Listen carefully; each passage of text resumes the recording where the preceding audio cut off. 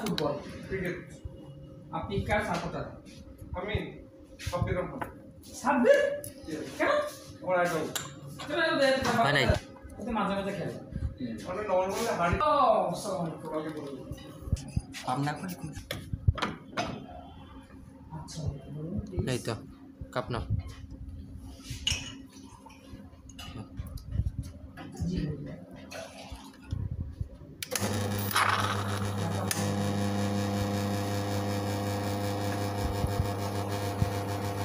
good strip